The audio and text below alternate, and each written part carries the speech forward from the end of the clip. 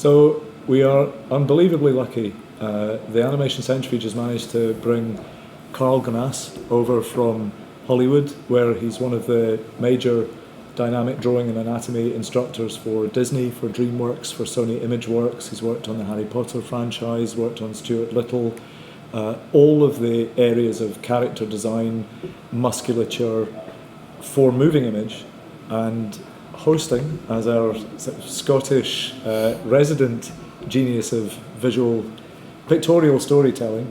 We have Frank Whiteley, or Vince Dean, as his family known. And the first thing I was thinking of asking you guys to compare notes on was the relationship, if you like, between what people often think of as being the comic book approach to breaking down a narrative for storyboard for movie, and how you do that for a printed image as opposed, because when recently you were doing that for Nothing to Declare as a short film, do you guys have a particular take, either of you, on how you visualize the sequence of events in a narrative? Well, they're both visual ways of telling stories, comic book style and animation, for instance. And when you're storyboarding for, say, feature animation or even television animation, you're thinking about sequence. Sequence is extremely important, and it has to make sense. And some of the sequences that you showed me were actually storyboard-like in your comic book style. Mm-hmm. But generally speaking, comic book style doesn't have to conform to those same restrictions, because when the eye looks at the page in the comic book, it takes in the whole page. It's a piece of art in itself, or a two-page spread can be a piece of art in itself. When people look at a comic book page, generally speaking, they're looking at a variety of ways. You look at the whole thing, you enjoy the whole thing, the construction of it. You can go into the sequence, you can get up and walk away. You can review. Whereas conventionally in animation, the sequence continues. In real time. It's in real time, so you don't have that same reviewability, which means that when a viewer is looking at a comic book, for instance, if something doesn't make sense, they've got time to pick it up and piece it together. Vin was telling me that it's really important, though, that when you're looking at sequences, that they make sense. And I certainly appreciate that, having been a storyboard artist for Disney for a number of years. Sequences are really important. Nonetheless, there is a luxury in the comic book style, in that you get a chance to look at things and piece things together in your own way, which I think is terrific about comic. And when you were listening yesterday, when Karl was doing the presentation for all the animators and riggers and the people that were there from Access and from various different colleges, what did you make as a comparison in your head between how you approach superhero musculature, or how you, because obviously you're composing in a very different way. Was there any of that what was going through your head when you were listening to it? Well, one of the things that was going through my head was the speed and accuracy of Karl's work, but also the sense of movement, the sense of dynamism, the sense of weight.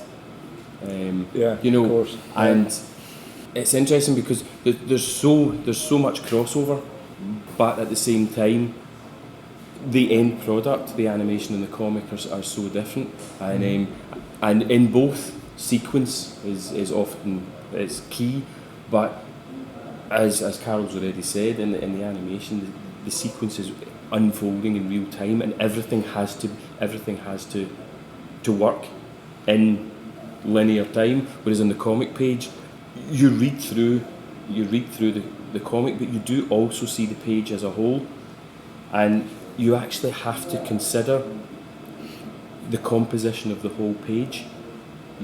Not just like a flip book. Yes, of course. It's the first thing you see. You open it up. There.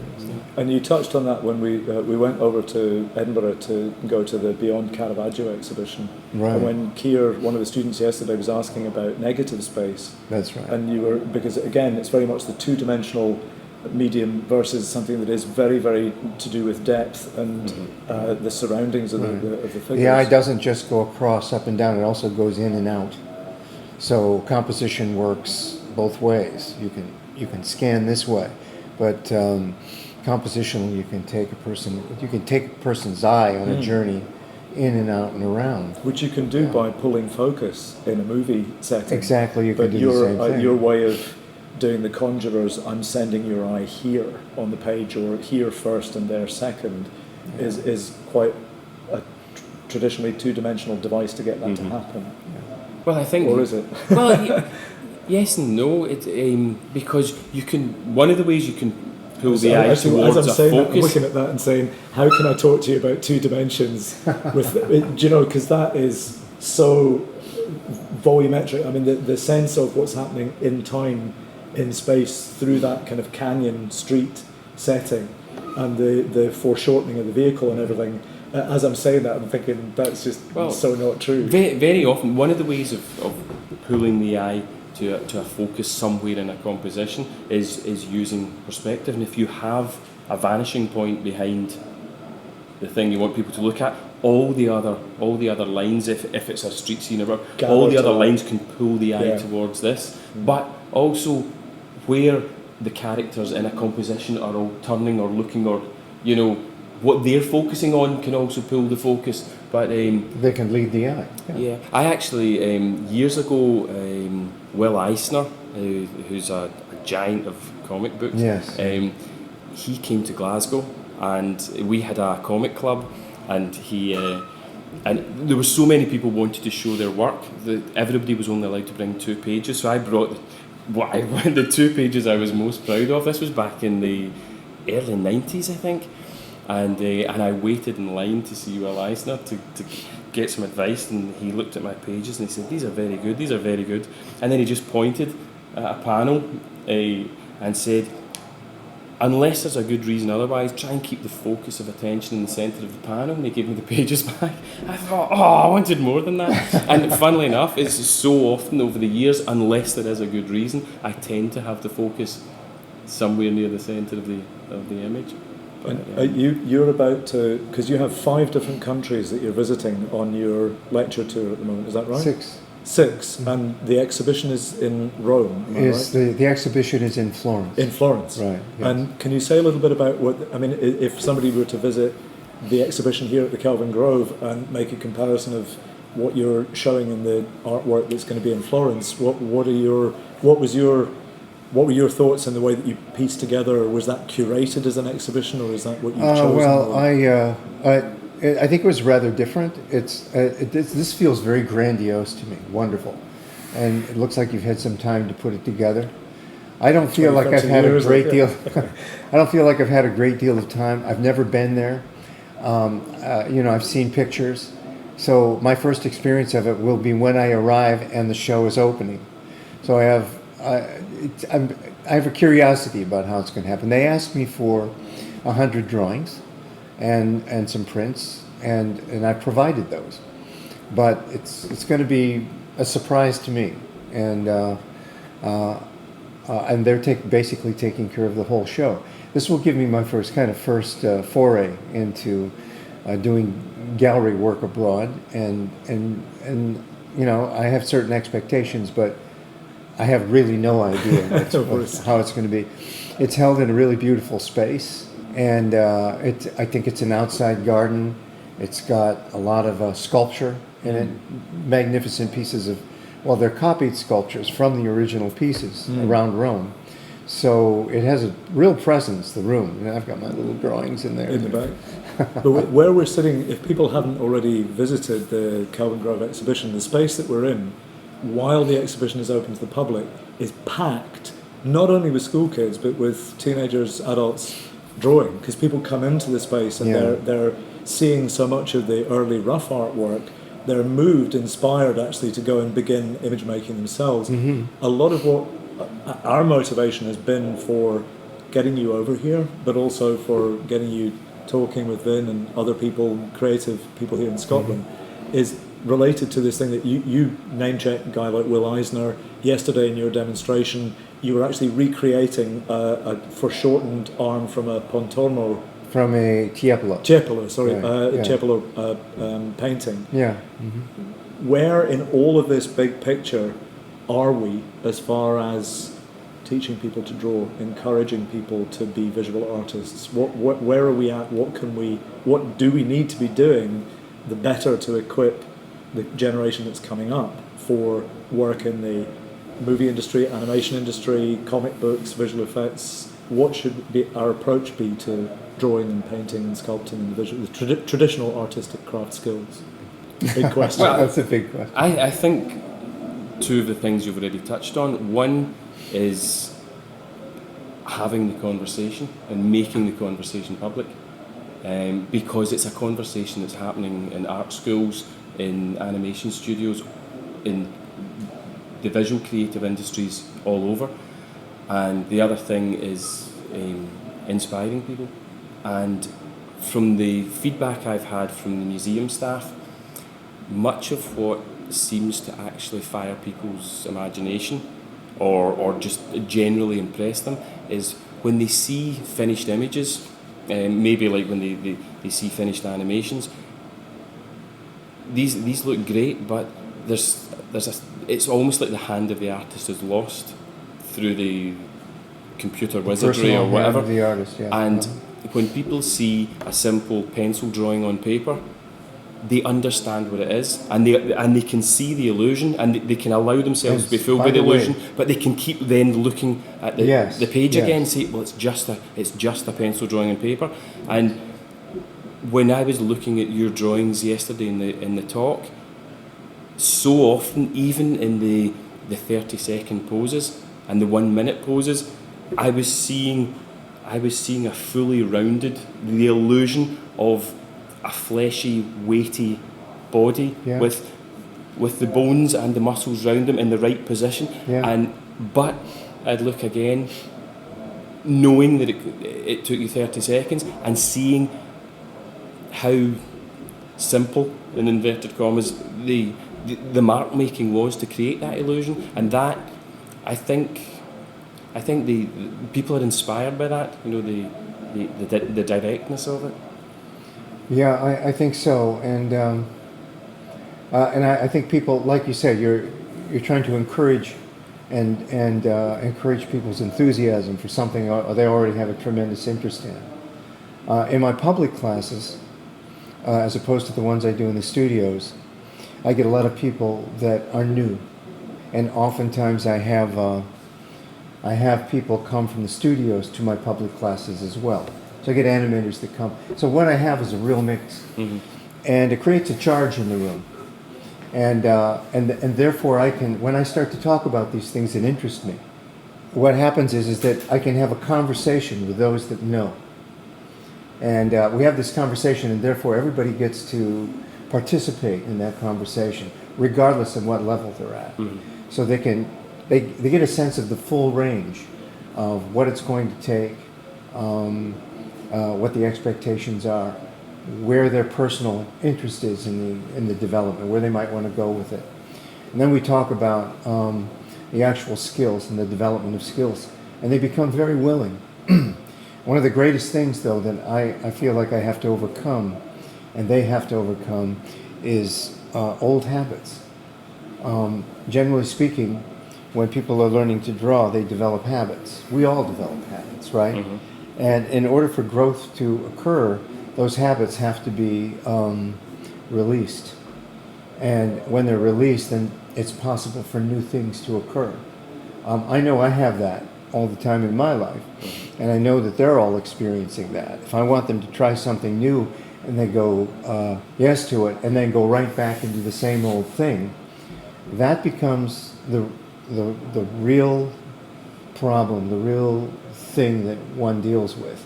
Once they see that pattern can be broken and that they can shift into something new, that brings a kind of an encouragement that nothing else does. Mm-hmm. They actually see a change happen as a result of actually giving something up to receive something new. Mm-hmm. What I also try to do is to encourage people not to do good paintings, but to instead investigate, explore, to analyze, to conceptualize, and not worry about the result. Mm-hmm. That if they continue to work that way, the artifact will be better and better work. Mm-hmm. Instead of worrying about whether they're doing good work, if they work with this process, then the results of those processes will produce better pictures, Mm-hmm. better images. And Yeah, so on. absolutely. I after years of working in comic books, I went back to life drawing classes, and I rather than choose an untutored class where I could just make nice drawings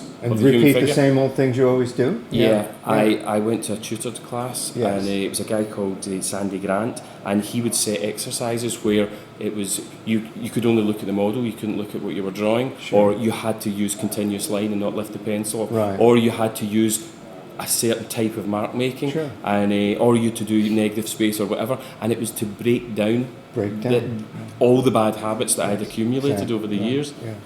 When we brought Roy Nesbitt up to launch the base camp last year, he mentioned that Dick Williams brought John Watkiss in to do instruction for all the artists in the studio, and at the sessions John would walk past Roy and would walk past Dick, and Dick was like, I paid you to come and I want you to, he said, I can't comment, you're the great Dick Williams. And he said, yeah, but there's stuff that I do wrong and stuff that I don't know, and what are you looking at and seeing wrong? Yeah. And John kind of took a deep breath and went, you've never learned anatomy, have you? And I'm like, no, do I need to? And he's like, yeah. And he's like, because all the things you were talking about yesterday, Sure. the clavicle and the actually knowing what you're looking at, then when you watch Moana and you see...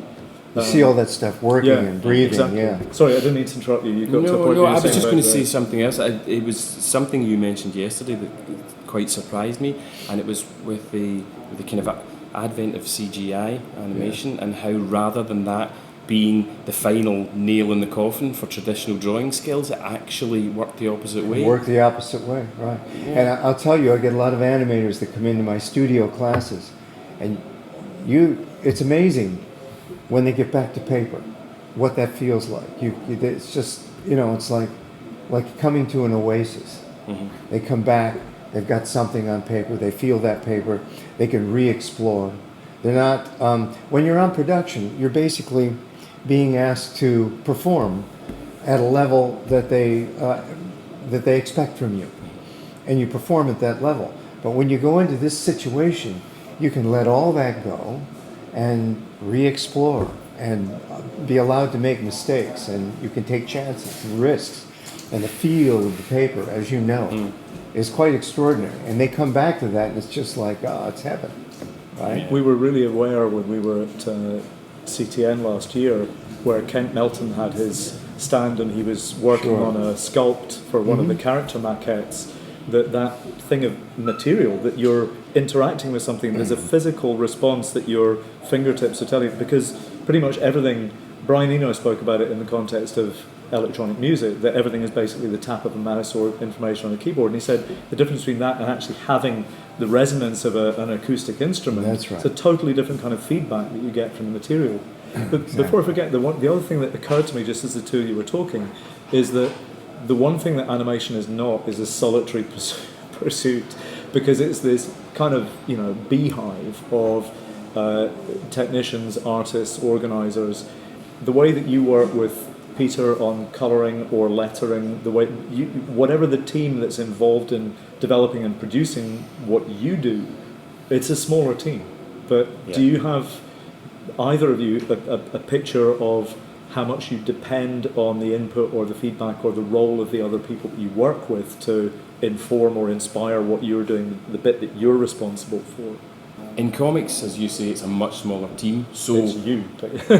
well, Plus. it's the writer, it's me, Yeah. it's Rob and Peter. So it's a small team, and we all know what each other do, and we all kind of trust each other. Yeah. But I had a very different experience with Nothing to Declare, and I was working with yourself and Once We're Farmers and Interference Pattern, and making a short CGI movie.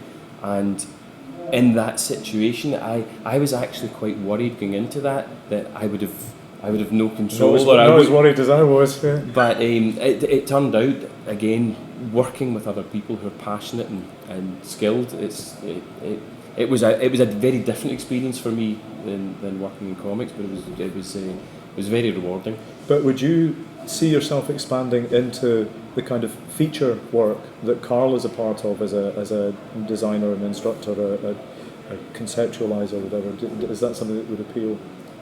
Working with other artists in whatever capacity always appeals.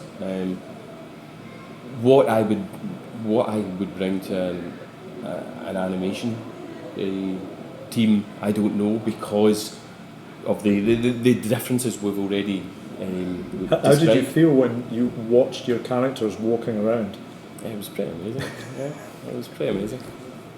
Did it look how you'd imagined it was going to look as you were conceiving of the design and the proportions of the character on the page? When it actually begins to emote and articulate, was that? Yes and no, because what happened was my expectations were very, very vague because it was my first foray into this area, and they were informed as we went along, as I saw your drawings, as I saw the Martin's modelling, as I saw There was a Will's room for it, direction. yeah. What it all slowly kind of came together. So my expectations were growing as I.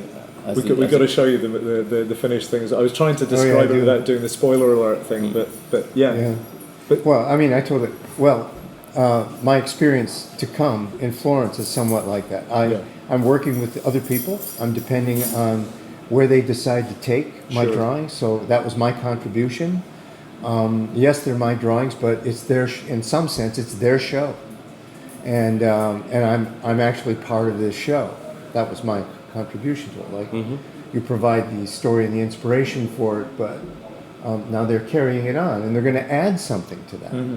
And so, even though you're not working collectively, you are working in a sense with the team. And when I think about my personal work, I'm really trying to keep it very clean from the influences of everybody else's ideas. So, in one respect, I'm really trying to find my own identity in the thing that really interests me. And then on the other hand, I'm working with a team of people to try to produce something. Sure. So I feel lucky that I'm able to pursue in both directions, go more deeply into myself and more deeply into teamwork and working with this sense of strength of a larger production. One of the other things you guys share in a way is that you were kind of born off the map in terms of where these industries had their gravitational center. So Yeah. you grew up sort of a few miles out of the centre of Detroit. Yeah. You weren't kind of at the centre of, I mean, I guess people imagine comic book heaven. Well, I guess Dundee for Scotland is very much the centre of the DC Thompson heritage of comic book.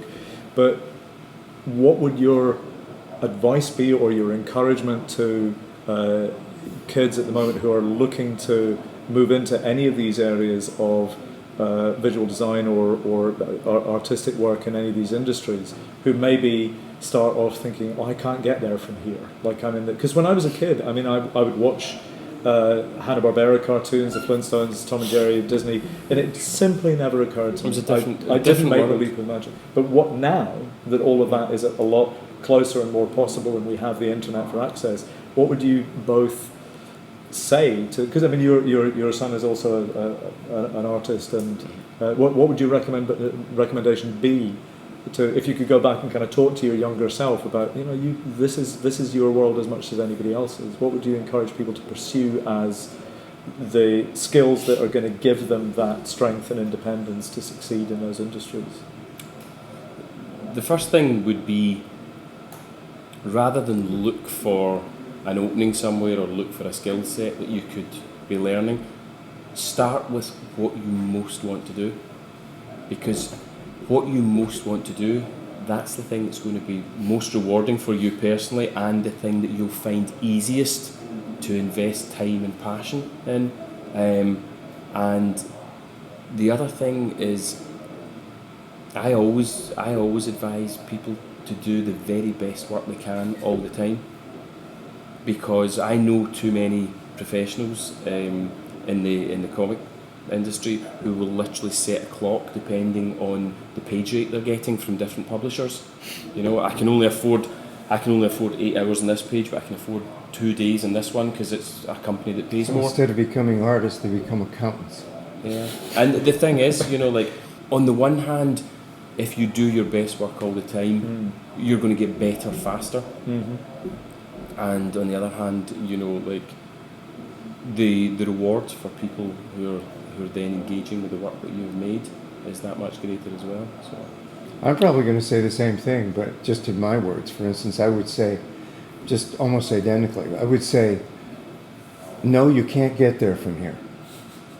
But that doesn't mean it's impossible. And if you pursue the thing that you love the most, and you stay true to that, you keep an integrity towards that, and not be swayed by all the kinds of influence of you should do this, and you follow that line, you will find your way through your own initiative to create the kind of resonance that it takes to become good at what you're doing. Pretty much go along with what he's saying. And I don't know of another way. People are always trying to ask you, well, now what do I do next? What's the, you know? Yeah. All I can say is what you say, is do the best work you can. Always look for the things, the excuses you make for not doing the best work you're doing. Yes. And try to see the self-lie. The self-lie is, well, I'll take care of that problem tomorrow. Yes. I mentioned that yesterday in the talk. If you can identify where you let yourself off the hook and take care of that, you're going to grow faster in your own development with your own work. One final question for both of you. The original plan this morning was that John Byrne was going to join us for a three-way conversation, and what all three media and all three artists have in common is that this is a character-centric way of presenting narrative. So in the way that John develops or conceives of characters for the theatre or for television through the Slab Boys or Tutti Frutti, you've had this experience of having to take pre-existing internationally iconic figures and reimagine them. And in the franchises that exist in Hollywood, with anything from Stuart Little to the characters in Harry Potter as they grow, or the environment, or what you're doing in Moana, where you have an entirely different set of challenges of how these figures are realised in a film environment. What you guys are doing, as well as telling images with telling stories with images, is imagining yourself as characters, or trying to get inside the groups of people and characters in the narrative. Do you have any particular thoughts about how, in particular, you make distinctions between heroes and villains, or between winners and losers, or where do you see that in the spectrum of characters that you're asked to represent? We look at each other to start that one. It's a bit of a mess of a That was a question, huge wasn't it? question. The main thing is that it's about characters. So when you're you see, he works a lot with what you were just describing, and sometimes I'll work with aesthetic story. In other words, it may not be a narrative kind of story. It may be, look at the beauty of that line, look at the beauty of the human form, and look at how those things move and connect. That's not a narrative story, but it is an aesthetic story, right? And to me, that's just as much of a story. It's just a different kind of story. You spoke about it as a musical thing yesterday in terms of proportion. If you get inside your character, or you get inside of the thing that you need to embody your story. And I think in order to present it, when you present it from the inside out, in that sense, right? So you're using your own experience and climbing inside the character. And in some sense, you become a performer. In that sense, I find myself here. I'm studying, and now I'm performing, right? So, and I see that as a good thing, not as a bad thing. But one needs to find it, and if it comes through right, it's true. There's a truth about it, and one gets to experience one's art that way. And of course, there is that kind of like eternal idea of the correspondence between truth and beauty. Yes. That the aesthetic Correspondence, is that you talk right. about. I agree with all that Karl said. With what I do, sometimes I have characters like Batman and Joker, for instance. Sometimes I'm given iconic characters and asked to kind of reimagine them, and sometimes I'm asked to just deal with them the way I would deal with them. And in both cases, you actually have to kind of be that person, or you have to channel something of yourself.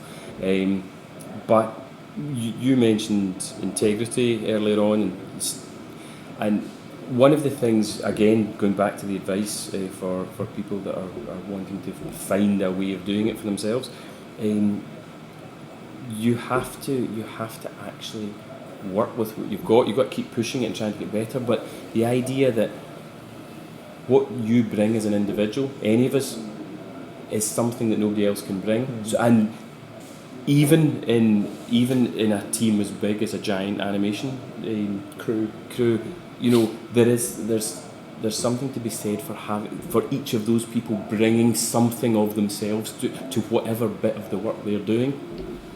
I'm going to cheat and ask a final question, which is about observation, because as you were saying that in the last conversation that I had with John about the way that he gets dialogue into the air when he's creating the scenarios of the characters for stage or for television or for film, is one of the things that he knows he has that a lot of people maybe don't, is a fantastic ear for dialogue and for speech patterns. And a very big part of what I find myself trying to encourage students to do is, rather than falling in love with other people's images, is to be clearly and fully aware of the world they inhabit, the people that they sit next to on the bus, the spaces that are actually outside the windows of their building. To what degree do you feel as artists that you are acutely or hyper observational, or is that a visual thing, an audio thing? Do you have, because you there's dialogue in it's everything. Yeah. I mean, you were talking yesterday about capturing gestures, capturing the story in a pose or in an expression. All about story. And you know, you get that with somebody standing in a corner for a date that hasn't turned up has got a very different look to somebody who's turned up 5 minutes early for the date and they're convinced the person's coming. Physically it's the same character, but the posture the way, and you know, if you've got a passion for doing this kind of thing, you notice that in the people around you. Yeah, I'm pretty much in agreement with that. And you know, just awareness of the space that we're in. For instance, look at this configuration we're in here, and everything else that's going on around us. I mean, in a certain sense, it's its own drama. Yeah. And if one becomes aware of that, then one embodies it. And in a way, that's part of the performance of life. We're missing it because we're not paying attention to it. It's like missing a life. Sure. Right? There was that, we had this, I was trying to explain the difference between East and West Scotland. We sat and had our lunch at GCU yesterday, and the lady who came to take the plates away, she just looked straight at Karl and went, "Oh, you've got beautiful eyes." And Karl was kind of, "What is this?" And when I sent an email to John, I said, "To me, that's a very Glasgow moment." And John's like, "Oh yeah, that's Glasgow." Like, you know, that's not going to happen. Yeah, exactly. Yeah. So, guys, I can't thank you enough, and I also really want to thank Martin Craig, all the staff and the support people at Kelvingrove for allowing us the space and the time to come in. And then I just want to tell you how brilliant I think you are. Oh, thank you very much. The feeling's mutual. Thank you very much. Thank you. So, join us next time on whatever this continuing series of Animation Centrifuge interview and conversation pieces is. And thanks also to the guys at Gumshoe for capturing it on film. And be inspired. See you next time. All right. Cool. Thanks so much.